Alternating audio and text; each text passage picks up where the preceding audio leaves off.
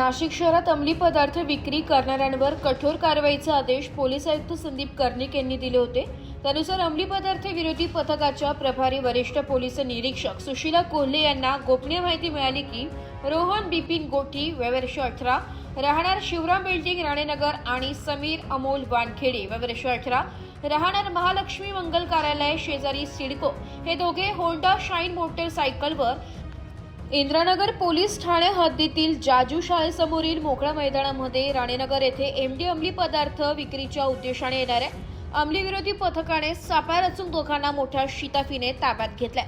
त्यांच्या अंगझडतीत एकूण 40,000 रुपये किमतीचा 8 ग्रॅम वजनाचा एमडी अंमली पदार्थ आणि 1,35,000 रुपये किमतीचा इतर मुद्देमाल असं एकूण 1,75,000चा ऐवज जप्त करण्यात पोलिसांना यश आलंय।